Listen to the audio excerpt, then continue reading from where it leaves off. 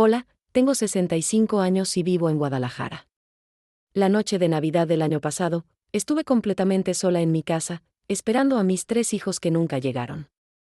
Mientras miraba la mesa vacía donde por 40 años preparé la cena navideña, jamás imaginé que esa soledad no era casualidad, era parte de un plan. Mis propios hijos, la familia que sacrifiqué todo para criar, estaban planeando declararme incapaz mentalmente para quedarse con mi casa colonial y mi negocio de bordados. Hoy estoy aquí porque sobreviví a esa traición, porque encontré fuerzas donde creí que ya no me quedaban y porque descubrí que mi valor nunca dependió de ellos.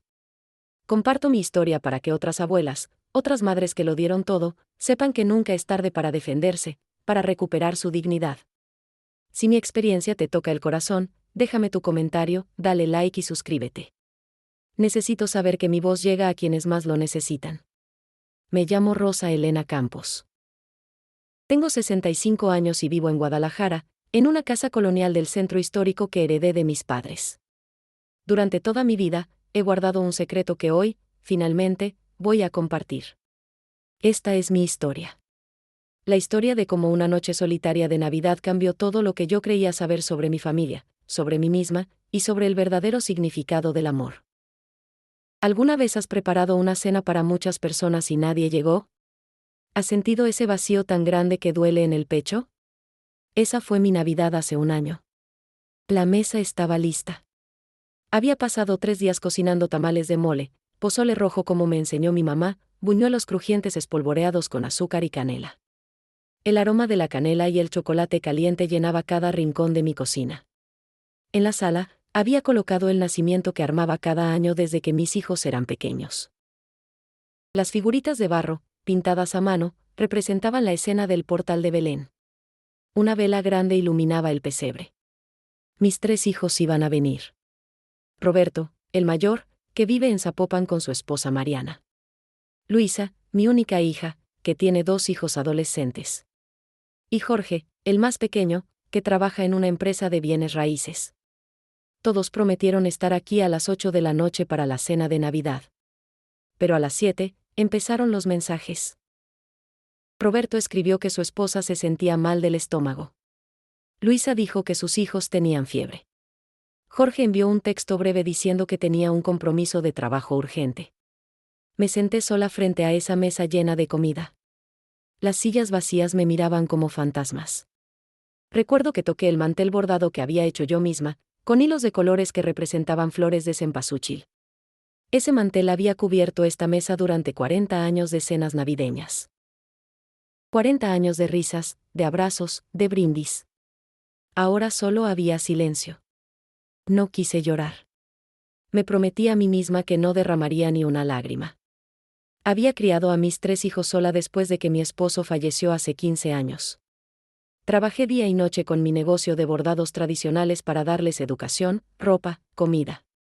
Sacrifiqué mis sueños para que ellos cumplieran los suyos. Y ahora, en esta noche que debía ser especial, estaba completamente sola. A las 9 de la noche, cuando ya había apagado las velas del nacimiento y estaba guardando la comida en el refrigerador, escuché el timbre. Mi corazón saltó. Pensé que tal vez uno de mis hijos había cambiado de opinión. Corrí hacia la puerta como una niña emocionada. Pero cuando abrí, no encontré a ninguno de ellos. Era una muchacha joven, tal vez de 25 años. Tenía el cabello largo y oscuro recogido en una trenza. Sus ojos eran grandes y brillantes, aunque vi que estaban rojos, como si hubiera estado llorando. Llevaba un suéter delgado y temblaba de frío. En sus manos sostenía un sobre amarillento, viejo, como si hubiera pasado muchos años guardado en algún cajón. La muchacha me miró con timidez y dijo que se llamaba Sofía. Me explicó que vivía en el edificio de al lado, que también estaba pasando la Navidad sola, y que había visto luz en mi ventana. Me preguntó si podía entrar un momento para calentarse. Su voz sonaba tan triste, tan perdida, que no pude negarme. Le dije que pasara. Preparé 2 tazas de chocolate caliente con canela, igual que mi mamá me enseñó a hacerlo. Nos sentamos en la sala, cerca del nacimiento. Sofía miraba todo con curiosidad. Me dijo que la casa era hermosa, que se notaba que había mucho amor en esas paredes. Le ofrecí tamales y ella aceptó con una sonrisa tímida. Mientras comíamos, Hablamos de muchas cosas. Ella me contó que estaba sola porque su familia vivía lejos, en otro estado. Yo le conté que mis hijos habían cancelado en el último minuto. Sofía me escuchaba con atención, asintiendo con la cabeza. Entonces dijo algo que me dejó helada. Me contó que la semana anterior había visto a mis 3 hijos juntos en un restaurante elegante del centro. Estaban riendo, brindando con vino, haciendo planes para las fiestas. Parecían muy felices. Sofía no sabía que eran mis hijos en ese momento, pero después los reconoció por unas fotos que había visto en redes sociales. Sentí algo extraño en mi estómago. Una mezcla de confusión y dolor. ¿Por qué mis hijos estaban cenando juntos en un restaurante si supuestamente todos tenían problemas? ¿Por qué me mintieron? Esa pregunta empezó a dar vueltas en mi cabeza como un torbellino. Sofía se quedó conmigo hasta pasada la medianoche. Cuando se fue, me dio un abrazo largo y cálido. Me dijo que volvería a visitarme pronto. Yo cerré la puerta y me quedé parada en el recibidor, mirando la mesa vacía, las sillas sin nadie, el nacimiento con su luz parpadeante. Esa noche no pude dormir. Algo había cambiado dentro de mí. Por primera vez en mi vida, empecé a hacerme preguntas que nunca antes me había atrevido a formular. ¿Realmente conocía a mis hijos? ¿Por qué me abandonaron en Navidad? ¿Qué estaban escondiendo? No lo sabía entonces, pero esa noche de soledad fue el comienzo de todo. El comienzo de una búsqueda que me llevaría a descubrir secretos que cambiarían mi vida para siempre. Los días después de Navidad fueron extraños. Intenté llamar a mis hijos varias veces, pero siempre me contestaban de manera fría, distante. Roberto decía que estaba muy ocupado con trabajo. Luisa me aseguraba que los niños seguían enfermos y no podía visitarme. Jorge ni siquiera respondía a mis mensajes. Era como si de pronto me hubieran borrado de sus vidas. ¿Alguna vez has sentido que las personas que más amas te están mintiendo? Es un sentimiento horrible, como caminar sobre hielo delgado sin saber cuándo te vas a hundir. Yo trataba de convencerme de que todo estaba bien, que solo era mi imaginación, pero algo en mi interior me decía que algo andaba mal. Decidí ir a visitarlos sin avisar. Tal vez si los veía en persona, podríamos hablar con honestidad. La primera semana de enero tomé el autobús hacia Zapopan, donde vive Roberto con su esposa Mariana. Llevé tamales recién hechos y pan dulce de una panadería que a él siempre le gustó. Cuando llegué a su casa, toqué el timbre varias veces. Escuché voces adentro, pasos, pero nadie abría. Finalmente, después de varios minutos, Roberto abrió la puerta. Su cara mostraba sorpresa, pero no alegría. No me invitó a pasar de inmediato. Se quedó parado en el umbral, bloqueando la entrada. Le dije que había traído comida y que quería saber cómo estaba Mariana después de su malestar de Navidad. Roberto me miró nervioso y dijo que ella estaba dormida. Pero en ese momento, escuché la voz de Mariana desde adentro, preguntando quién había llegado. No sonaba como alguien que estaba enferma. Finalmente me dejó entrar. La casa estaba impecable, como siempre. Mariana bajó las escaleras vestida elegantemente, con maquillaje perfecto. No parecía haber estado enferma ni un solo día. Nos sentamos en la sala y el ambiente se sentía tenso, incómodo. Roberto y Mariana intercambiaban miradas extrañas. Intenté hacer conversación normal. Les pregunté por sus planes de año nuevo. Mariana respondía con respuestas cortas, sin mirarme a los ojos. Entonces, sin querer, dejó escapar algo que me congeló la sangre. Dijo algo sobre ese asunto de la casa que finalmente está resuelto. Lo dijo en un tono casual, como si estuviera hablando del clima. Le pregunté de qué casa estaba hablando. Roberto se puso pálido. Mariana se dio cuenta de su error y empezó a tartamudear. Dijo que se refería a otra cosa, a la casa de una amiga. Pero yo sabía que estaba mintiendo. El ambiente se puso tan incómodo que decidí irme. Roberto me acompañó a la puerta con prisa, casi empujándome afuera. En el autobús de regreso, no podía dejar de pensar en esas palabras. ¿Qué asunto de qué casa? Yo solo tenía una casa, la casa colonial en el centro de Guadalajara donde he vivido toda mi vida. La casa que heredé de mis padres. ¿Estaban hablando de mi casa? Al día siguiente fui a visitar a Luisa. Ella vive en una colonia más modesta, cerca del Parque Metropolitano. Cuando llegué, mis nietos estaban jugando en el jardín. Se veían perfectamente sanos. No tenían ni rastro de haber estado enfermos en Navidad. Corrieron hacia mí gritando, «Abuela», y me abrazaron con fuerza. Luisa salió de la casa con una expresión de pánico en el rostro. Regañó a los niños y les dijo que entraran a la casa de inmediato. Yo les había traído juguetes, pero ella los tomó de mis manos y los metió adentro sin dejar que los niños los vieran. Me dijo que estaba muy ocupada y que no podía atenderme ese día. Le pregunté por qué los niños estaban jugando afuera si supuestamente habían tenido fiebre en Navidad. Luisa se puso nerviosa. Me dijo que ya se habían recuperado rápidamente, que fue solo un resfriado leve. Pero sus ojos no me miraban. Esquivaba mi mirada como si tuviera miedo de que yo pudiera ver la verdad. Intenté quedarme más tiempo, pero Luisa prácticamente me echó de su casa. Me dijo que tenía una cita importante y que se estaba haciendo tarde. Me prometió que me llamaría pronto para visitarme. Pero yo sabía que era otra mentira. Su voz temblaba cuando hablaba. Sus manos sudaban cuando me abrazó para despedirse. Jorge fue el peor de todos. Ni siquiera pude verlo.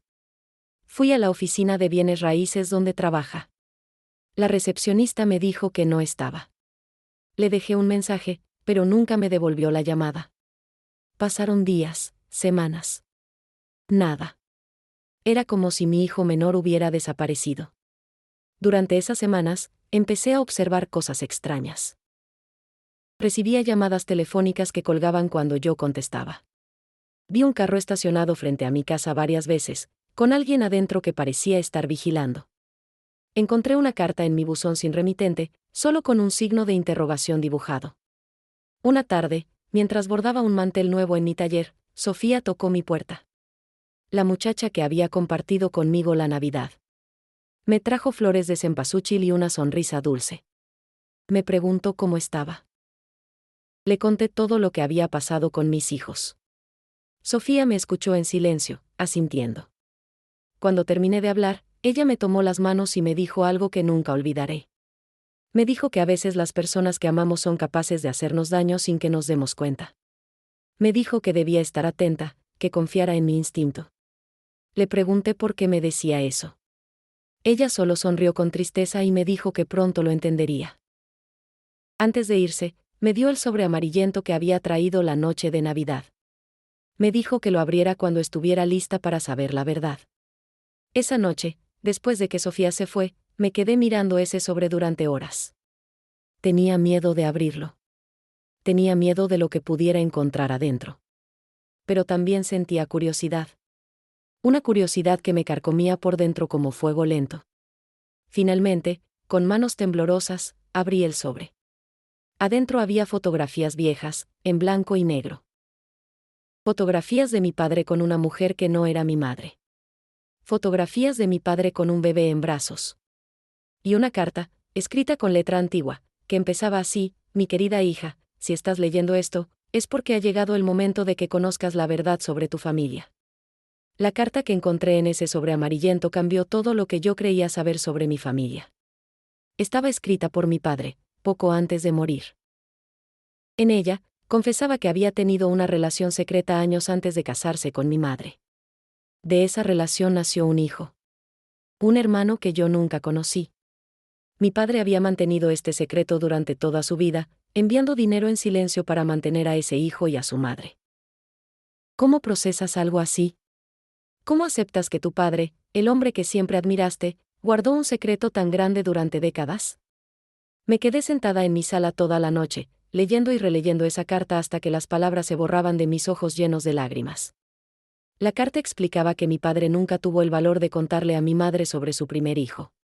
Vivió con esa culpa hasta su muerte. Pero dejó instrucciones claras: cuando él muriera, su hijo tenía derecho a saber quién era su padre. Y yo tenía derecho a saber que tenía un hermano. Las fotografías en blanco y negro mostraban a un hombre joven y fuerte sosteniendo a un bebé. Mi padre se veía tan feliz en esas imágenes. Tan diferente del padre serio y trabajador que yo conocí.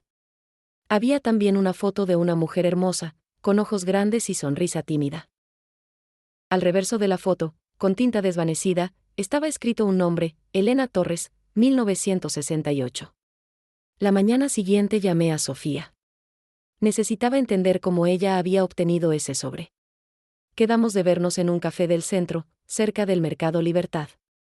Cuando llegué, ella ya estaba ahí, esperándome con 2 tazas de café de olla humeantes. Sofía me miró con esos ojos grandes y brillantes. Respiró profundo y me contó su historia. Su abuelo era ese hermano secreto de mi padre. Su abuelo creció sabiendo que su padre biológico era un hombre que no podía reconocerlo públicamente. Creció con otro apellido, con otra vida. Pero siempre supo la verdad. Me dijo que su abuelo había fallecido hacía 2 años. Antes de morir, le pidió a Sofía que me buscara. Que me entregara esa carta. Que me contara la verdad. Sofía había pasado meses investigando, buscándome, tratando de reunir el valor para acercarse a mí. La noche de Navidad, cuando me vio sola en mi casa con las luces del nacimiento brillando en la ventana, supo que era el momento. Le pregunté por qué había esperado tanto tiempo para contarme todo. Sofía me explicó que tenía miedo de mi reacción. Tenía miedo de que yo la rechazara, de que no creyera su historia. Pero ahora, viendo cómo mis propios hijos me estaban tratando, decidió que yo merecía saber la verdad completa. Sofía sacó más documentos de su bolsa. Certificados de nacimiento. Actas oficiales. Pruebas de que su abuelo era realmente hijo de mi padre. Todo estaba ahí, negro sobre blanco. No podía negarlo. Tenía una sobrina. Esta muchacha dulce que me había acompañado en mi Navidad más solitaria era mi familia de sangre. Nos abrazamos ahí mismo, en medio del café, mientras la gente nos miraba con curiosidad. Lloré en sus brazos como una niña. Lloré por mi padre y sus secretos. Lloré por ese hermano que nunca conocí. Lloré por todos los años perdidos que pudimos haber compartido como familia. Sofía me contó más sobre su abuelo. Me dijo que él admiraba a mi padre a pesar de todo. Que nunca guardó rencor por no haber sido reconocido. Que entendía las circunstancias de aquella época, cuando los secretos de familia se guardaban bajo 7 llaves. Me dijo que su abuelo siempre habló de mí con cariño, aunque nunca me conoció. Que seguía mi vida desde lejos. Durante las siguientes semanas, Sofía y yo nos vimos casi todos los días. Me mostró álbumes de fotos de su familia. Vi a mi hermano crecer en esas imágenes. Vi su boda, el nacimiento de sus hijos, su vida entera documentada en fotografías que yo debería haber visto en tiempo real. Sentí una mezcla de alegría por conocer esta parte de mi historia y tristeza por todo lo que me había perdido. Sofía trabajaba en marketing digital. Era inteligente, creativa, llena de ideas. Un día, mientras tomábamos té en mi taller, ella vio mis bordados. Se quedó fascinada con los diseños tradicionales, con los colores vibrantes, con la calidad del trabajo. Me preguntó cuánto cobraba por cada pieza. Cuando le dije los precios, ella casi se cae de la silla. Me explicó que yo estaba vendiendo mi trabajo por una fracción de su valor real. Me mostró en su teléfono páginas de internet donde artesanas vendían bordados similares a los míos por 10 veces más de lo que yo cobraba. Me dijo que mi talento valía mucho, mucho más de lo que yo pensaba. Esa revelación fue como un golpe. Durante 40 años había trabajado duro en mis bordados, pensando que mi trabajo era modesto, simple. Pensando que no tenía tanto valor. Había vendido piezas hermosas, que me tomaban semanas crear, por precios ridículamente bajos. Todo porque nunca creí que mi arte valiera más. Sofía me propuso algo que me pareció imposible, crear una página en internet para vender mis bordados. Me dijo que ella me ayudaría con todo el proceso. Que tomaría fotos profesionales de mis trabajos. Que escribiría descripciones hermosas. Que manejaría las ventas y los envíos. Me aseguró que podríamos convertir mi negocio pequeño en algo grande. Al principio tuve miedo. Yo no sabía nada de internet, de redes sociales, de ventas por computadora. Pero Sofía fue paciente conmigo. Me enseñó paso a paso. Me mostró que no era tan difícil como parecía. Y lo más importante, me hizo creer que yo podía hacerlo. Mientras trabajábamos juntas en este nuevo proyecto, empecé a olvidarme un poco del dolor que me causaban mis hijos. Sofía llenó un vacío en mi vida. Me hacía reír. Me escuchaba. Me valoraba. Era la familia que yo necesitaba en ese momento. Pero todavía quedaba una pregunta sin respuesta. ¿Qué estaban planeando mis hijos? ¿Qué era ese asunto de la casa que Mariana había mencionado? Sofía me aconsejó que investigara. Me dijo que revisara todos mis documentos, que buscara cualquier cosa extraña. Que no confiara en nadie hasta saber la verdad completa. Esa noche, después de que Sofía se fue, bajé al sótano de mi casa. Ahí guardaba cajas viejas con documentos de años. Facturas antiguas. Recibos. Papeles del banco. Había una caja específica que no había abierto en mucho tiempo. La caja con documentos legales y correspondencia oficial.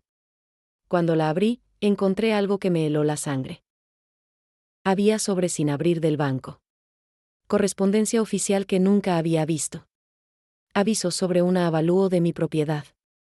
Documentos que hablaban sobre el valor de mercado de mi casa. Todo fechado en los últimos 6 meses. Yo nunca había solicitado un avalúo. Nunca había pedido información sobre el valor de mi casa. Alguien más lo había hecho. Y cuando vi la firma en uno de los documentos, entendí quién había sido. La firma de Jorge, mi hijo menor, el que trabajaba en bienes raíces. Los documentos que encontré en esa caja vieja me quitaron el sueño durante días. Cada papel que leía era como otro cuchillo clavándose en mi corazón. Mi propio hijo había estado investigando el valor de mi casa sin decirme nada. ¿Por qué? ¿Para qué necesitaba esa información? Las preguntas daban vueltas en mi cabeza como un carrusel sin fin. ¿Alguna vez has descubierto que alguien en quien confiabas te estaba traicionando? Es un dolor diferente a cualquier otro. No es solo tristeza. Es confusión. Es rabia. Es sentir que el piso se abre bajo tus pies y no hay nada que te sostenga. Decidí confrontar a Jorge. Le mandé varios mensajes exigiendo que viniera a mi casa. Al principio me ignoró, como siempre. Pero después de amenazar con ir a su oficina y hacer un escándalo frente a sus compañeros de trabajo, finalmente aceptó visitarme. Llegó un sábado por la tarde. Se veía incómodo desde el momento en que cruzó la puerta. No me saludó con abrazo como antes. Solo un beso rápido en la mejilla y una sonrisa falsa. Nos sentamos en la sala y yo puse los documentos sobre la mesa de centro, uno por uno. Lentamente. Mirándolo fijamente a los ojos. Jorge se puso pálido. Intentó justificarse con mentiras pobres. Dijo que un cliente le había pedido que investigara propiedades en el centro histórico y que por error había incluido la mía. Dijo que fue una confusión de trabajo. Pero yo no soy tonta. He vivido 65 años y sé reconocer una mentira cuando la escucho. Le pregunté directamente qué estaba planeando. Le dije que quería la verdad. Que merecía saber qué estaban haciendo mis 3 hijos a mis espaldas. Jorge se quedó callado durante varios minutos. Podía ver la lucha interna en su rostro. Finalmente, suspiró profundamente y empezó a hablar. Me contó que Roberto había tenido problemas financieros grandes. Su empresa había quebrado y debía mucho dinero. Mariana presionaba para mantener su estilo de vida costoso. Necesitaban dinero urgentemente. Luisa también estaba en problemas porque su esposo había perdido el trabajo y ella no ganaba suficiente para mantener a sus 2 hijos adolescentes. Los gastos escolares, la renta, las deudas, todo se acumulaba. Jorge me explicó que los 3 hermanos habían tenido varias reuniones secretas.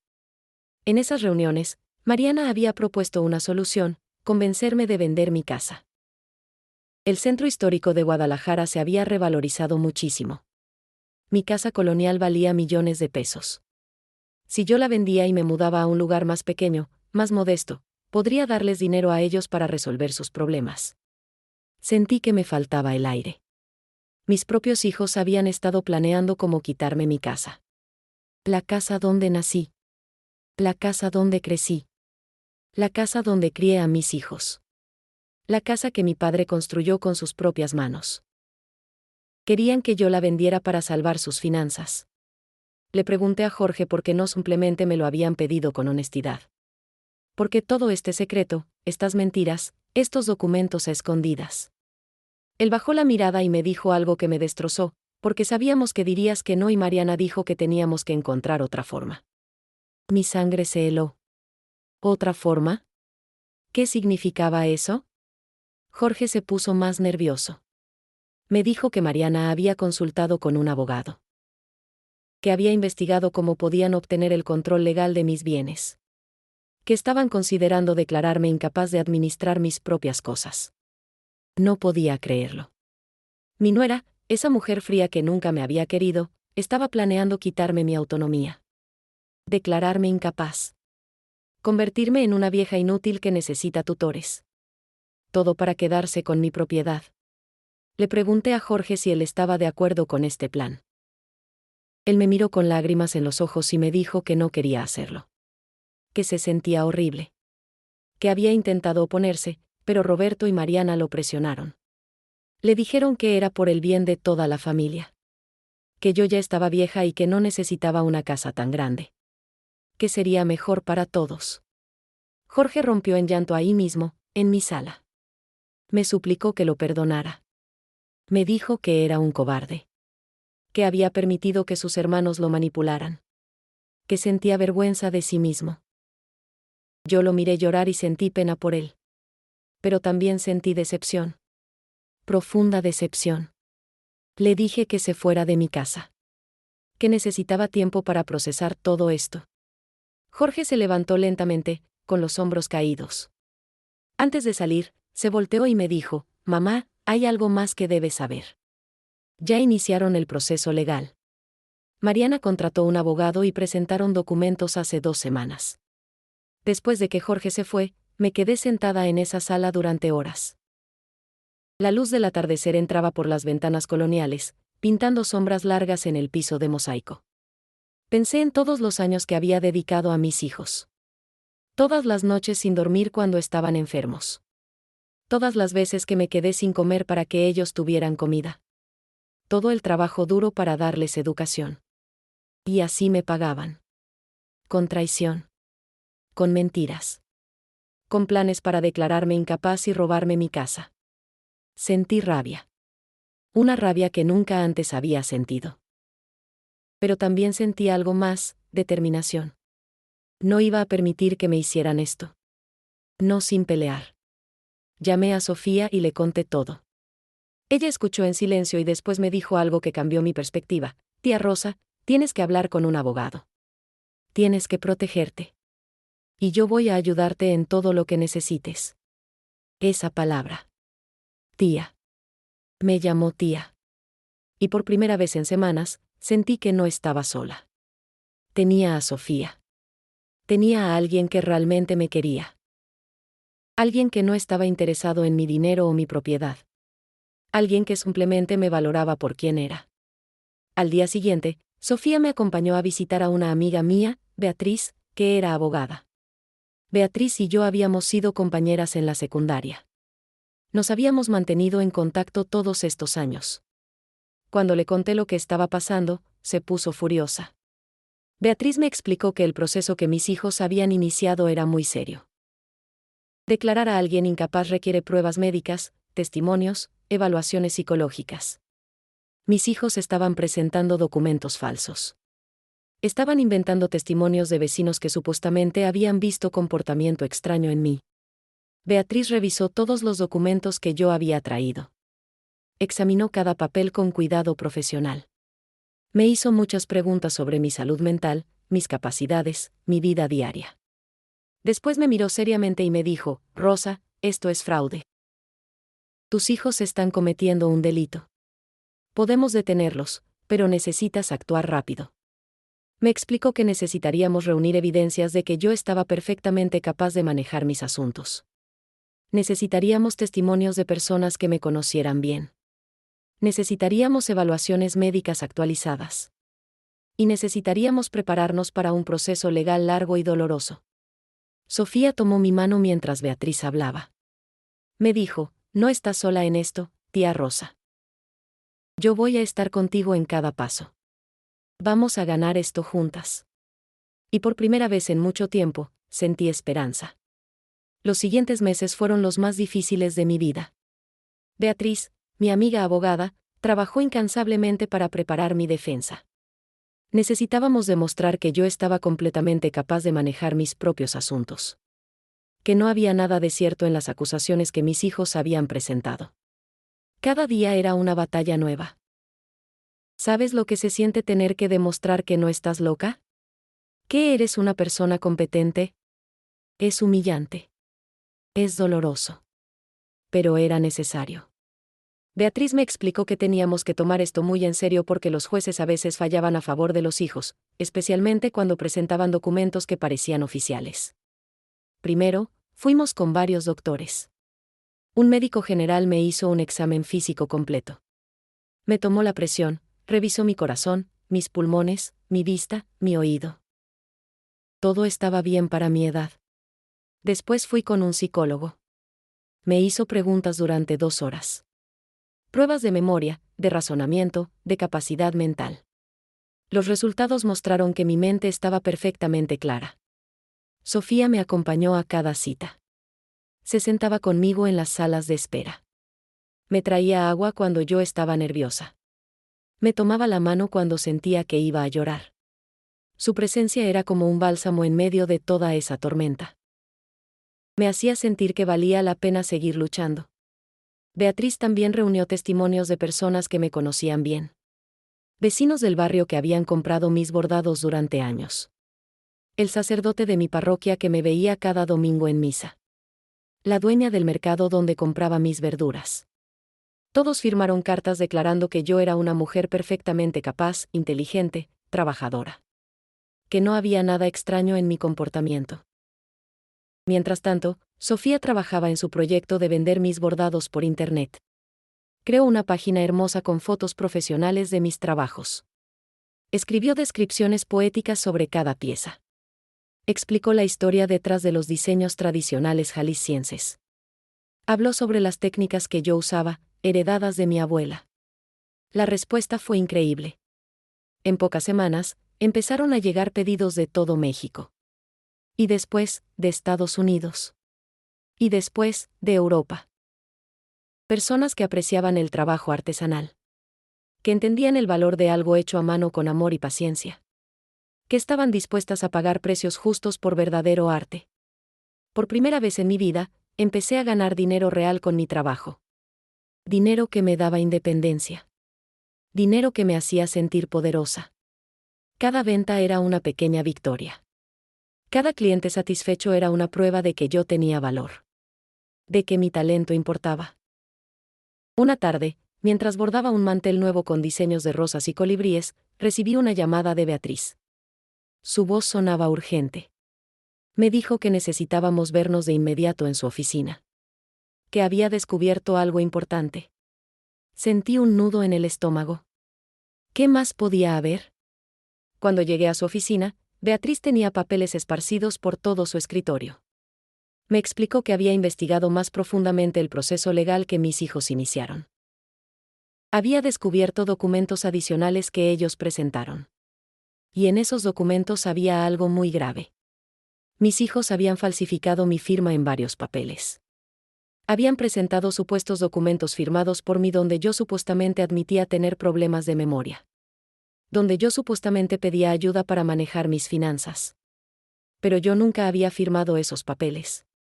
Nunca los había visto antes. Eran completamente falsos. Beatriz me mostró las firmas. Eran muy parecidas a la mía, pero no exactas. Un experto podría probar que eran falsificaciones. Esto cambiaba todo. Ya no era solo un caso de hijos preocupados por su madre mayor. Era un caso de fraude. De falsificación de documentos. Mis hijos habían cometido un delito grave. Me sentí mareada. No podía creer que mis propios hijos fueran capaces de algo así. Roberto, que yo había cargado en brazos cuando era bebé. Luisa, a quien yo le había enseñado a leer. Jorge, que solía sentarse en mis piernas mientras yo bordaba. Los 3 habían participado en este fraude contra mí. Beatriz me preguntó cómo quería proceder. Podíamos presentar cargos criminales contra ellos. Podíamos enviarlos a la cárcel. Pero ella me advirtió que eso tendría consecuencias permanentes. Serían mis hijos. Mi familia. ¿Realmente quería verlos en prisión? No supe qué responder. Parte de mí quería venganza. Quería que pagaran por lo que me habían hecho. Pero otra parte de mí, la parte que los había criado, que los amaba a pesar de todo, no podía soportar la idea de verlos tras las rejas. Era una decisión imposible. Sofía, que estaba conmigo en esa reunión, me dijo algo sabio. Me dijo que no tenía que decidir en ese momento. Que primero necesitábamos detener el proceso legal que ellos habían iniciado. Que después tendríamos tiempo para pensar en las consecuencias. Lo importante ahora era protegerme. Beatriz estuvo de acuerdo. Preparamos una respuesta legal fuerte. Presentamos todas nuestras evidencias, los exámenes médicos, las evaluaciones psicológicas, los testimonios de vecinos y amigos. Y lo más importante, presentamos el análisis de un experto en grafología que probaba que las firmas en los documentos eran falsas. El día de la audiencia llegó en febrero. Era un día frío y nublado. Me vestí con mi mejor ropa, un traje azul marino que había comprado años atrás para una ocasión especial. Sofía me ayudó a peinarme y me prestó un collar de su abuela. Me dijo que me daba suerte. Me dijo que iba a salir todo bien. En el juzgado, vi a mis 3 hijos por primera vez en meses. Estaban sentados del otro lado de la sala con su abogado. Roberto no me miraba. Luisa tenía los ojos rojos, como si hubiera estado llorando. Jorge me miró directamente y vi arrepentimiento en sus ojos. Pero ya era demasiado tarde para arrepentimientos. El juez revisó todos los documentos. Escuchó los testimonios. Examinó el análisis grafológico. Y después de 2 horas de audiencia, tomó una decisión. Declaró que el proceso iniciado por mis hijos era fraudulento.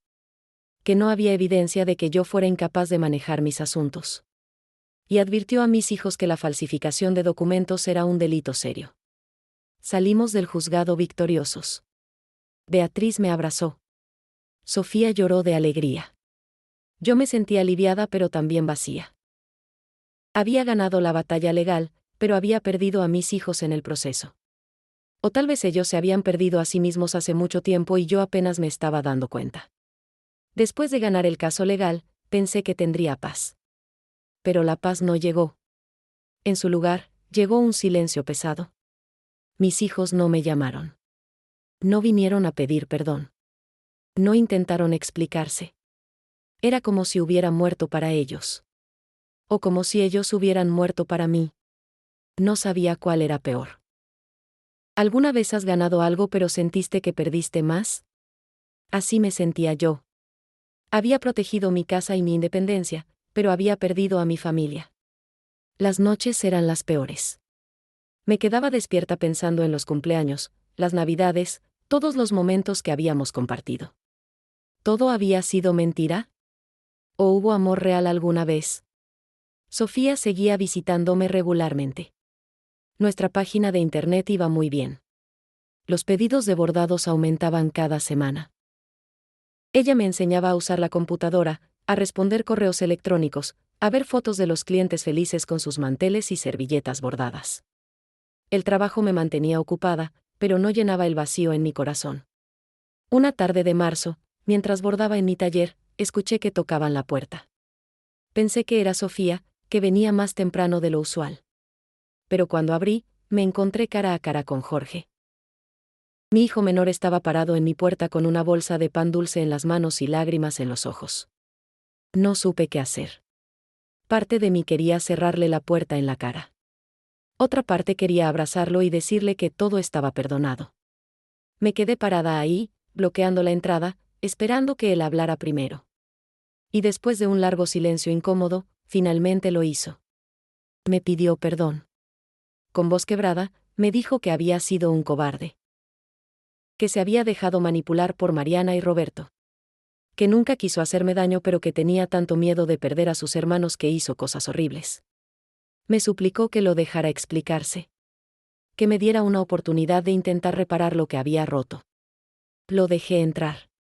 No porque lo hubiera perdonado, sino porque quería escuchar qué tenía que decir.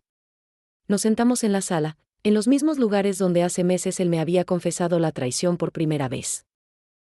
Pero ahora el ambiente era diferente. Ahora yo tenía el poder. Jorge me contó toda la historia desde el principio. Me explicó que Roberto había perdido muchísimo dinero en malas inversiones.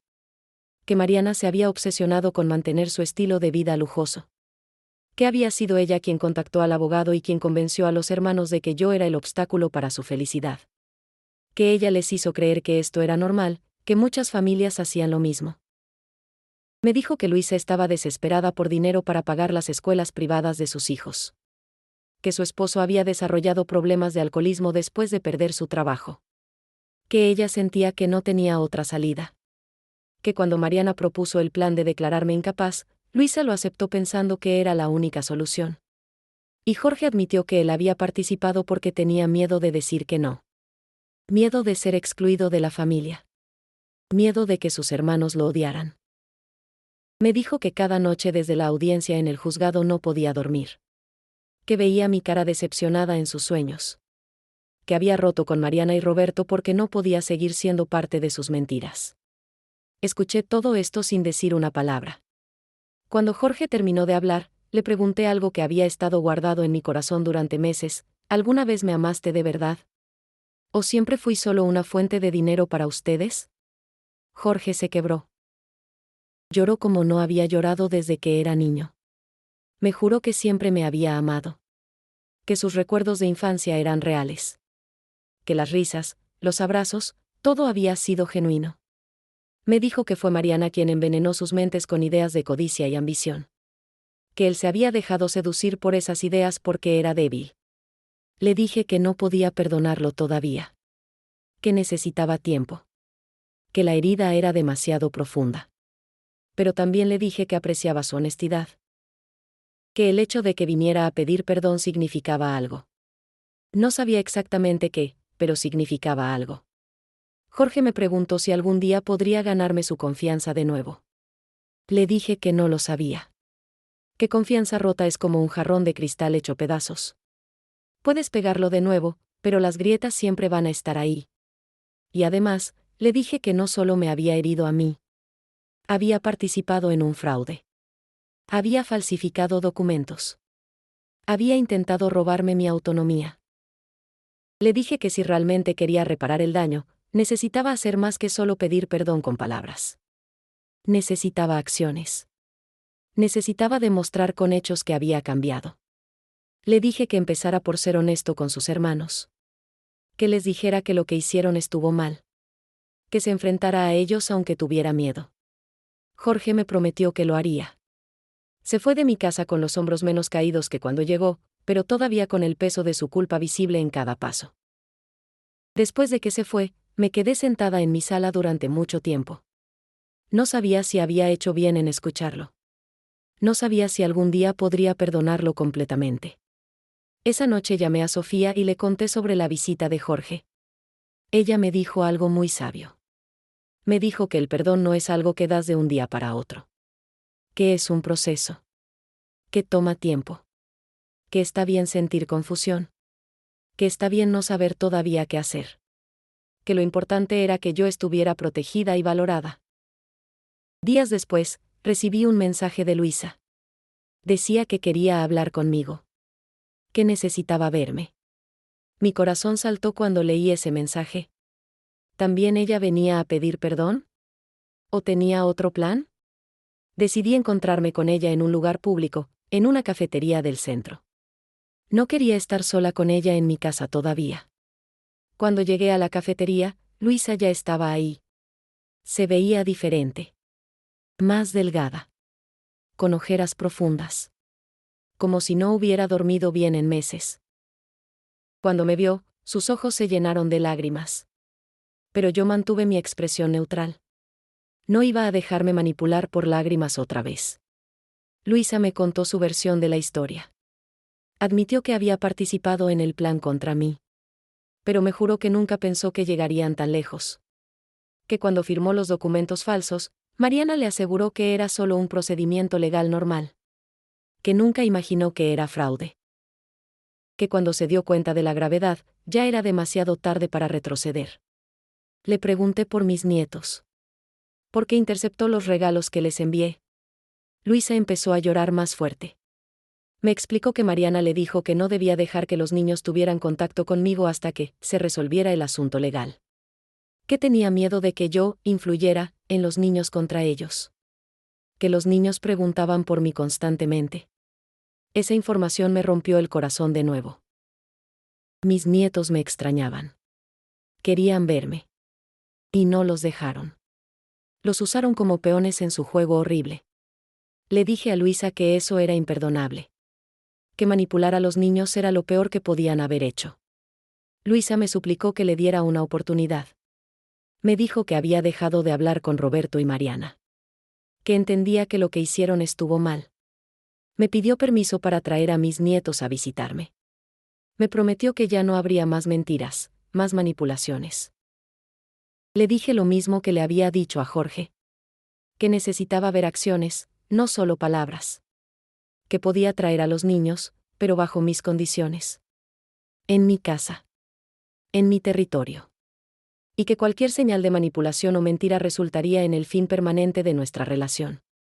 Luisa aceptó todo. Prometió cumplir mis reglas. La primera vez que volví a ver a mis nietos fue un día de abril lleno de sol. Luisa los trajo a mi casa por la tarde. Cuando abrí la puerta y vi a Mateo y a Camila parados ahí con sus sonrisas tímidas, sentí que mi corazón se derretía. Los niños corrieron hacia mí y me abrazaron con tanta fuerza que casi me tumban. Mateo tenía 14 años ahora, Camila 13. Habían crecido tanto en estos meses. ¿Sabes lo que se siente recuperar algo que pensaste que habías perdido para siempre? Es como respirar después de estar bajo el agua demasiado tiempo.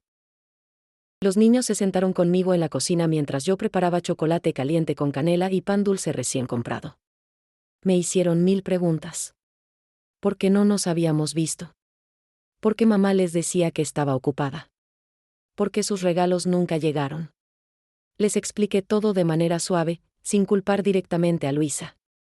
Les dije que hubo malentendidos entre los adultos. Que a veces las familias pasan por momentos difíciles. Que lo importante era que ahora estábamos juntos de nuevo. Los niños me escucharon con atención y después Mateo dijo algo que me sorprendió: abuela, nosotros sabíamos que algo raro pasaba. Mamá se ponía nerviosa cuando preguntábamos por ti. Luisa se quedó callada en una esquina de la cocina, con lágrimas silenciosas cayendo por sus mejillas. Podía ver que se sentía avergonzada. Que el peso de lo que había hecho la estaba destruyendo por dentro. Pero yo no tenía energía para consolarla. Todavía no, mi prioridad eran los niños. Pasamos toda la tarde juntos. Les mostré mis nuevos bordados.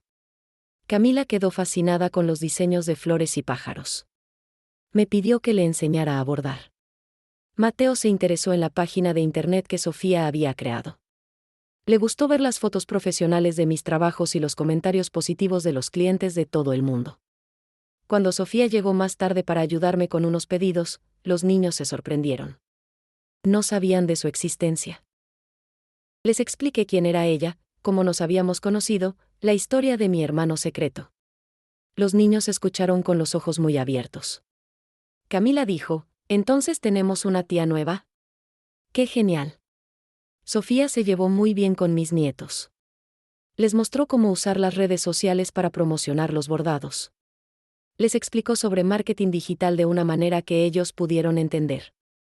Mateo dijo que podía ayudar tomando fotos con su teléfono. Que él sabía usar filtros y editar imágenes. Camila quiso aprender a escribir las descripciones de los productos. Ver a mi sobrina y a mis nietos trabajando juntos me llenó de alegría. Era la familia que yo siempre había querido. Una familia basada en apoyo mutuo, en honestidad, en amor real.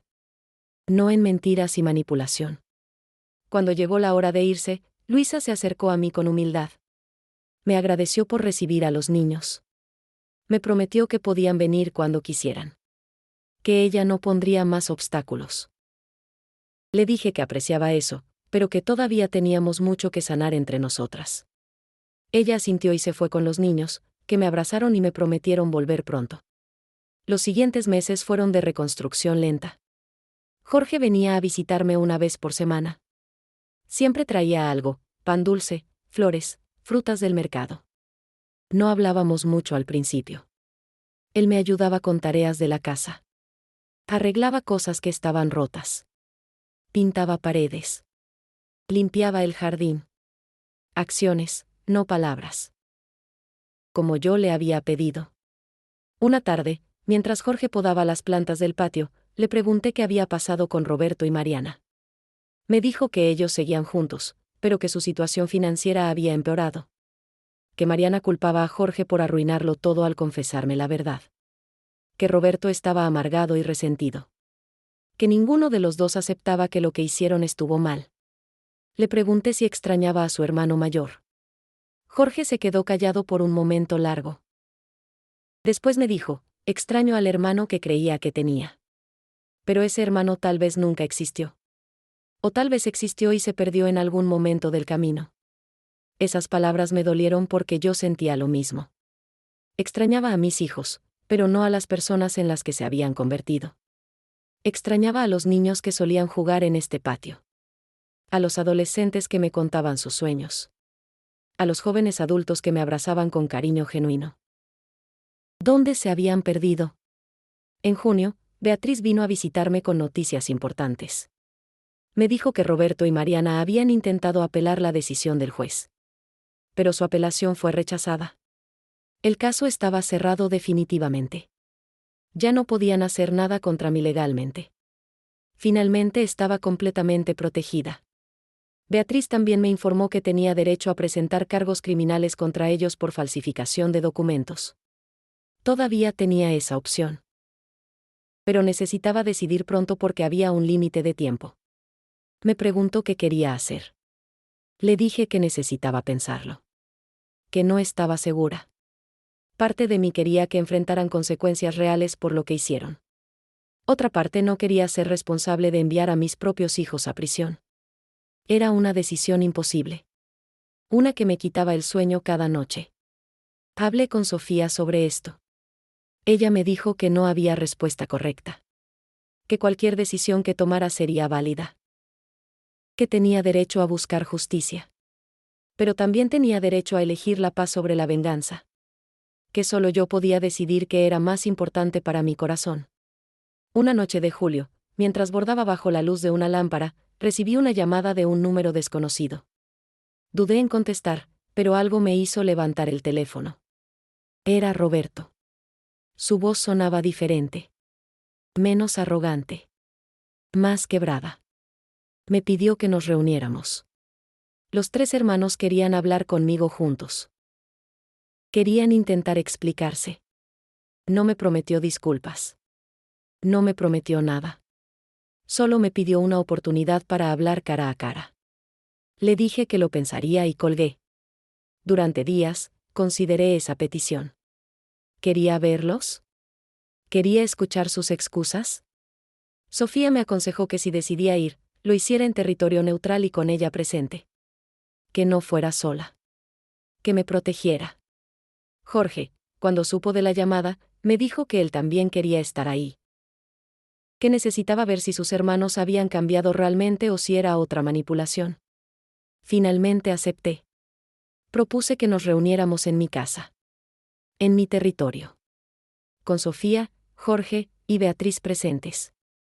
No iba a estar vulnerable. No iba a darles ninguna ventaja. Si querían hablar, sería bajo mis condiciones. Roberto aceptó. El día de la reunión llegó a finales de julio. Era un día caluroso y húmedo típico de Guadalajara en verano. Preparé mi casa cuidadosamente. Coloqué sillas en la sala formando un círculo. No quería que hubiera cabecera. Todos íbamos a estar al mismo nivel. Sofía llegó temprano para ayudarme. Beatriz vino con su maletín lleno de documentos legales, por si acaso. Jorge llegó pálido y nervioso. Cuando Roberto y Mariana tocaron la puerta, mi corazón latía tan fuerte que pensé que todos podían oírlo. Abrí la puerta y los vi parados ahí. Roberto se veía mayor, con más canas. Mariana estaba elegante como siempre, pero había algo quebrado en sus ojos. Luisa llegó minutos después. Los tres juntos. Mis tres hijos y mi nuera. La familia que me había traicionado. Todos nos sentamos en círculo en mi sala. El silencio era tan pesado que podía sentirse en el aire como humedad antes de la lluvia. Roberto miraba el piso. Mariana tenía las manos entrelazadas con tanta fuerza que sus nudillos estaban blancos. Luisa lloraba en silencio. Jorge me miraba a mí, esperando mi señal para comenzar. Sofía estaba a mi lado, como una roca sólida. Beatriz tenía su libreta lista, documentando todo. Yo respiré profundo y hablé primero. Les dije que me alegraba que hubieran venido. Que apreciaba el gesto. Pero que necesitaba que fueran completamente honestos. Que no toleraría más mentiras, más excusas, más manipulación. Que esta era su oportunidad de decir la verdad. Toda la verdad.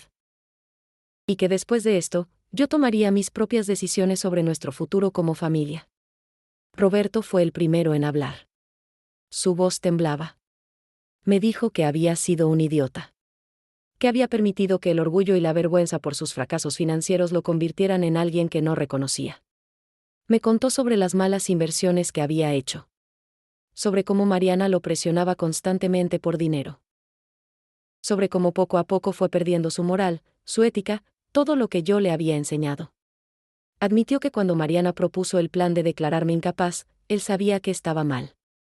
Pero estaba tan desesperado que se convenció a sí mismo de que era lo correcto.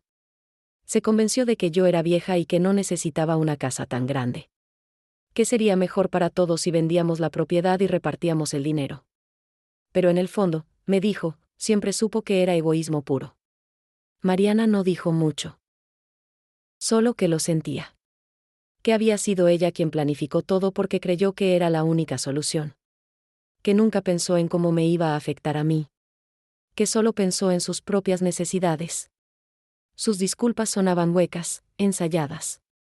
Podía ver que no estaba realmente arrepentida. Solo estaba arrepentida de haber sido descubierta. Luisa habló con más emoción. Me suplicó que entendiera su posición. Que había estado desesperada por dinero. Que su esposo había caído en el alcoholismo. Que sus hijos necesitaban pagar escuelas. Que cuando Roberto y Mariana le presentaron el plan, ella pensó que era la única manera de sobrevivir. Pero me juró que nunca quiso hacerme daño. Que me amaba. Que siempre me había amado. Le pregunté directamente, si me amas, ¿por qué interceptaste los regalos que envié a tus hijos? ¿Por qué les impediste verme durante meses? Luisa no tuvo respuesta. Solo lloraba y lloraba. Finalmente admitió que había sido cobardía. Que tenía miedo de que los niños me contaran sobre su situación financiera. Que temía que yo los juzgara. Jorge intervino. Les dijo a sus hermanos que lo que habían hecho no tenía justificación. Que él también había participado y que se odiaba a sí mismo por eso. Pero que al menos él había tenido el valor de admitir su error e intentar repararlo. Les preguntó si ellos estaban dispuestos a hacer lo mismo. Si estaban dispuestos a aceptar las consecuencias de sus acciones. Roberto dijo que sí. Que haría lo que fuera necesario para recuperar mi confianza. Pero cuando le pregunté específicamente qué estaba dispuesto a hacer, se quedó callado. No tenía respuestas concretas. Solo promesas vagas. Mariana dijo que respetaría cualquier decisión que yo tomara. Que entendía si nunca los perdonaba. Entonces saqué los documentos que Beatriz había preparado. Eran declaraciones escritas donde cada uno de ellos admitía lo que había hecho. Admitía la falsificación de documentos. Admitía el intento de fraude. Admitía la manipulación. Les dije que si realmente querían demostrar arrepentimiento, firmarían estos documentos. Que estas confesiones escritas les impedirían intentar algo similar en el futuro. El ambiente se tensó inmediatamente. Roberto y Mariana intercambiaron miradas de pánico. Luisa preguntó qué iba a hacer yo con esos documentos. Beatriz explicó que servirían como protección legal para mí. Que si alguna vez intentaban algo similar, estos documentos probarían su historial de fraude. Que básicamente, estaban admitiendo su culpa de manera oficial. Mariana se negó a firmar. Dijo que eso era demasiado. Que ya habían pedido disculpas y que no iban a incriminarse más. Roberto tampoco quiso firmar. Dijo que necesitaba consultar con un abogado primero. Solo Luisa, después de mucho dudar, firmó. Me dijo que confiaba en que yo no usaría eso en su contra. Que solo quería demostrar que su arrepentimiento era genuino. Les dije que entendía su renuencia. Pero que eso me decía todo lo que necesitaba saber. Si realmente estuvieran arrepentidos, si realmente quisieran reconciliarse, habrían firmado sin dudarlo. Su negativa me mostraba que todavía estaban más preocupados por protegerse a sí mismos que por repararme el daño que me causaron. Entonces hablé de mi decisión sobre presentar cargos criminales. Les dije que Beatriz me había aconsejado hacerlo. Que tenía todas las pruebas necesarias. Que podía enviarlos a prisión por falsificación de documentos y fraude. El silencio que siguió fue absoluto. Podía ver el miedo en sus ojos. Pero les dije que había decidido no hacerlo. No porque los perdonara completamente. No porque creyera que no merecían consecuencias. Sino porque yo necesitaba paz. Necesitaba cerrar este capítulo y seguir adelante con mi vida. Necesitaba enfocar mi energía en las personas que realmente me valoraban, no en castigar a quienes me habían lastimado. Sin embargo, les dejé claro que había condiciones. Que mi decisión de no presentar cargos no significaba que todo estaba perdonado. Que nuestra relación familiar había cambiado para siempre. Que necesitaba ver cambios reales, sostenidos en el tiempo, antes de considerar cualquier tipo de reconciliación profunda. Les dije que Luisa y Jorge, quienes habían mostrado arrepentimiento genuino con acciones, tenían permiso para visitarme bajo reglas estrictas. Que mis nietos siempre serían bienvenidos en mi casa. Pero que Roberto y Mariana necesitaban mantenerse alejados por ahora. Que tal vez en el futuro, si demostraban cambio real, podríamos hablar de nuevo. Roberto protestó.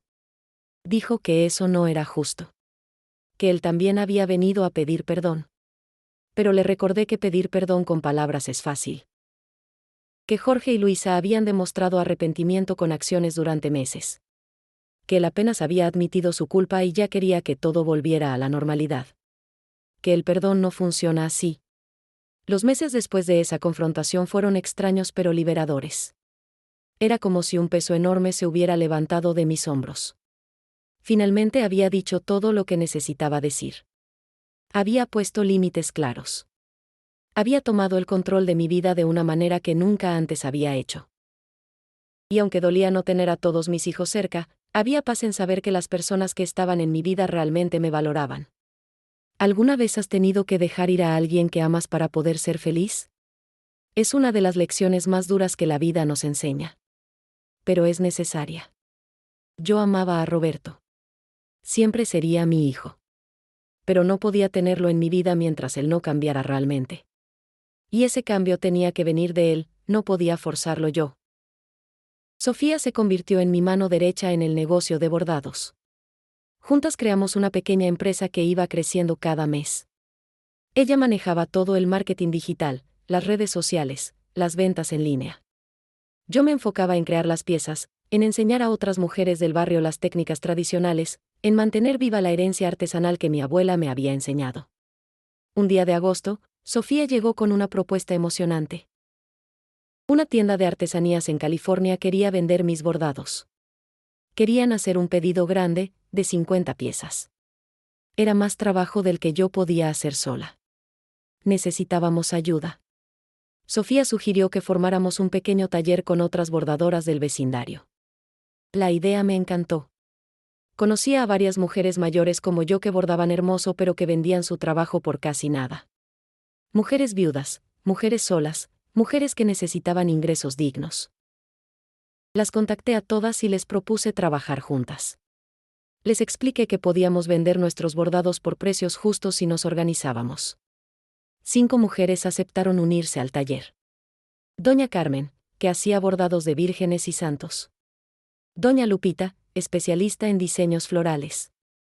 Doña Estela, que creaba manteles con escenas campesinas. Doña Patricia, experta en servilletas con iniciales elegantes. Y Doña Rosa María, que bordaba rebozos tradicionales.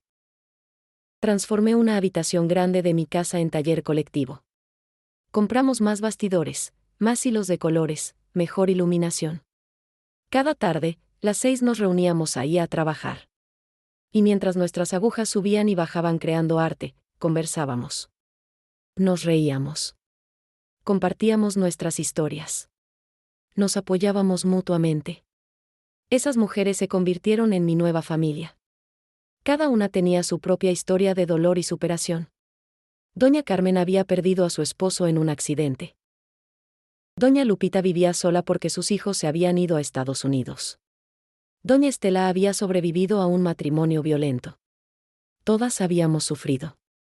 Pero todas estábamos eligiendo seguir adelante, crear belleza con nuestras manos, encontrar propósito en nuestro arte. El negocio creció más de lo que habíamos imaginado. Después del pedido de California, llegaron más. De Arizona, de Texas, de Nueva York.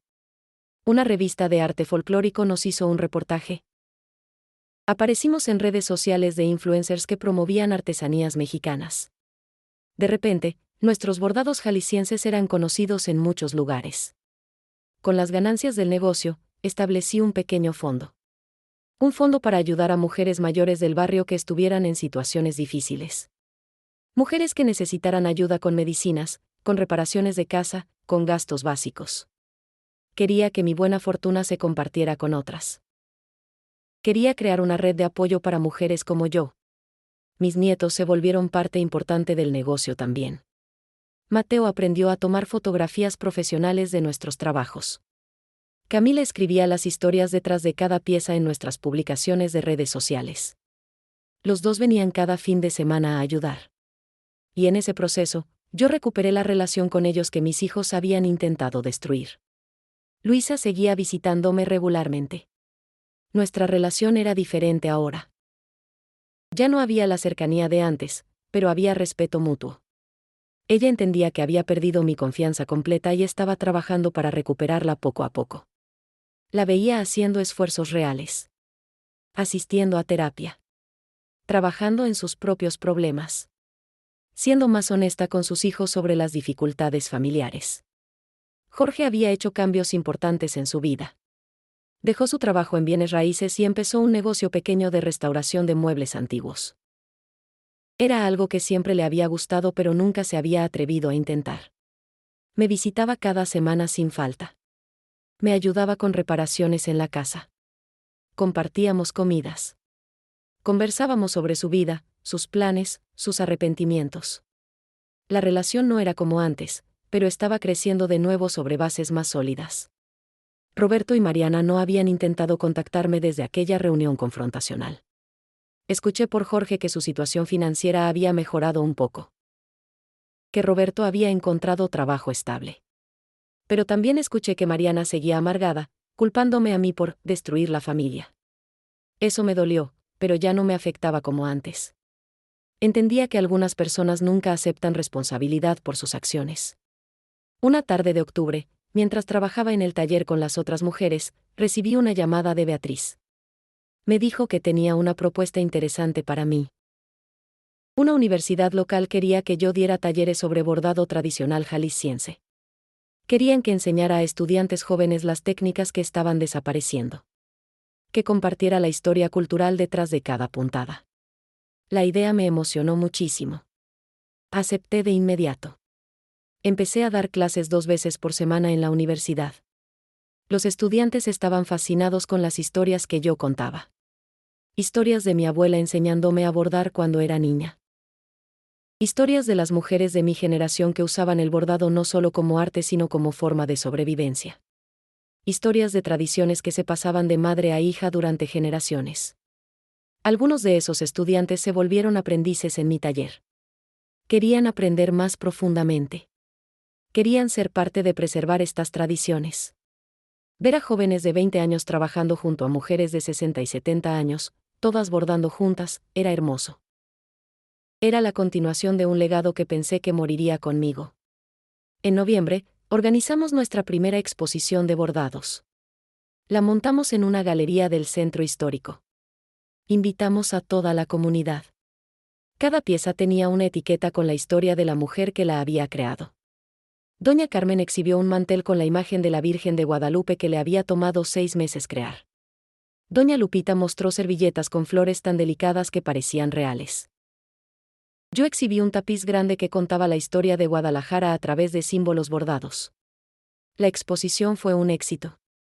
Vinieron periodistas, coleccionistas de arte, turistas, vecinos. Vendimos casi todas las piezas. Pero lo más importante fue el reconocimiento. Por primera vez en nuestras vidas, nuestro trabajo era valorado como arte verdadero. No como simple artesanía barata, sino como arte con valor cultural e histórico. Esa noche, después de que todos se fueron, las 6 mujeres del taller nos quedamos solas en la galería vacía. Nos abrazamos.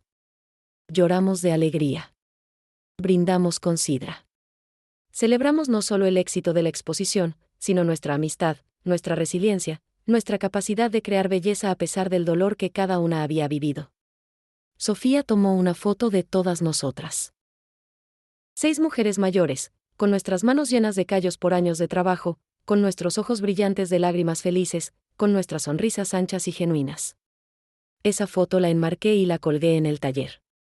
Es un recordatorio de que nunca es tarde para empezar de nuevo. Que nunca es tarde para encontrar tu valor. Que nunca es tarde para construir la familia que mereces, aunque no sea la familia con la que naciste. Diciembre llegó de nuevo. Un año completo desde aquella Navidad solitaria que cambió todo. Esta vez, mi casa no estaba vacía. Esta vez, mi mesa estaba llena. Pero no con las personas que yo había esperado originalmente. Estaba llena con la familia que yo había elegido y que me había elegido a mí. Sofía llegó temprano para ayudarme a cocinar. Preparamos tamales juntas, igual que yo solía hacerlo con mi madre. Le enseñé los secretos de la masa perfecta, la cantidad exacta de manteca, el punto justo del mole. Mientras trabajábamos, conversábamos sobre el año que habíamos vivido. Todo lo que había pasado. Todo lo que habíamos aprendido. Las mujeres del taller empezaron a llegar por la tarde. Cada una trajo algo para compartir. Doña Carmen trajo buñuelos crujientes. Doña Lupita preparó ponche de frutas caliente con canela. Doña Estela hizo arroz con leche. Doña Patricia llevó ensalada de manzana. Doña Rosa María trajo pan dulce de su panadería favorita. Mis nietos llegaron con Luisa. Mateo traía su cámara nueva para tomar fotos de la celebración. Camila llevaba un bordado que había hecho ella misma, su primer trabajo completo. Era un paño pequeño con flores rosadas. No era perfecto, pero estaba hecho con amor. Lo colgué de inmediato en la pared de honor del taller, junto a las piezas de las maestras. Jorge llegó con su nuevo novio, un hombre amable llamado Daniel que trabajaba en una biblioteca. Era la primera vez que Jorge me presentaba a alguien con quien salía. El hecho de que se sintiera cómodo haciéndolo me decía que nuestra relación se estaba sanando. Que confiaba en mí de nuevo. O tal vez que estaba aprendiendo a confiar en mí por primera vez de manera honesta. Beatriz vino con su esposo y sus 2 hijos adultos. Me agradeció por incluirla en la celebración. Le dije que ella era parte importante de mi historia. Que sin su ayuda legal, yo no estaría aquí disfrutando de esta noche. Que merecía celebrar conmigo. Algunos de mis estudiantes de la universidad también vinieron. Jóvenes llenos de energía y curiosidad que querían aprender más sobre las tradiciones navideñas jaliscienses. Les enseñé cómo armar un nacimiento tradicional. Les conté las historias detrás de cada figurita. Les expliqué por qué usamos ciertas plantas y decoraciones. Ellos escuchaban fascinados, grabando videos para compartir con sus familias. Cuando todos estuvieron reunidos, pedí silencio. Quería decir algunas palabras antes de cenar. Me paré en medio de mi sala, rodeada de todas estas personas maravillosas, y sentí que mi corazón estaba tan lleno que podría explotar. Les dije, hace exactamente un año, estuve sentada sola en esta misma sala. Mi mesa estaba llena de comida que nadie vino a comer. Mis hijos me habían abandonado. Me sentía perdida y traicionada. Pensé que era el peor día de mi vida. Pero ahora entiendo que fue el mejor día. Porque esa noche comenzó mi verdadera vida. La vida que yo elegí. La vida que merezco. Continué, este año aprendí que familia no es solo sangre. Familia son las personas que te valoran. Que te apoyan. Que te celebran. Ustedes son mi familia ahora. Y les agradezco por estar aquí. Por creer en mí. Por ayudarme a descubrir mi propio valor. Todos aplaudieron. Algunas mujeres lloraban. Sofía me abrazó fuerte. Mis nietos gritaron, "Te queremos, abuela". Y en ese momento, entendí completamente lo que significaba la paz. No era la ausencia de dolor. Era la presencia de amor genuino. Cenamos todos juntos. La mesa que había estado vacía el año anterior ahora no tenía sillas suficientes. Tuvimos que traer sillas extra de otras habitaciones. La comida se acabó rápido y tuvimos que preparar más. La casa se llenó de risas, de conversaciones, de música. Alguien puso villancicos tradicionales y empezamos a cantar. Después de cenar, jugamos lotería mexicana. Los jóvenes enseñaron juegos modernos a las mujeres mayores. Intercambiamos regalos pequeños. Camila me regaló un collar que había hecho ella misma con cuentas de colores. Mateo me dio un álbum de fotos con todas las imágenes que había tomado durante el año de nuestros bordados. Sofía me regaló algo muy especial. Un libro. Pero no era un libro comprado en tienda. Era un libro que ella había creado. En él, había recopilado todas las historias que yo le había contado durante el año. Historias de mi infancia, de mis padres, de cómo aprendí a bordar, de los momentos difíciles y los momentos felices. Ella había escrito todo con cuidado y amor. Había incluido fotos antiguas y dibujos. Era la historia de mi vida, preservada para siempre. Lloré cuando lo vi. Le pregunté cuándo había tenido tiempo de hacer algo tan hermoso. Ella me dijo que había trabajado en eso en secreto durante meses. Que quería asegurarse de que mis historias no se perdieran. Que mis nietos y las futuras generaciones supieran de dónde venían. Que entendieran las tradiciones que estábamos preservando. Cerca de la medianoche, cuando la celebración empezaba a calmarse, escuché que tocaban la puerta. Me extrañó porque todos los invitados ya estaban ahí. Cuando abrí, me encontré con Roberto parado en mi puerta.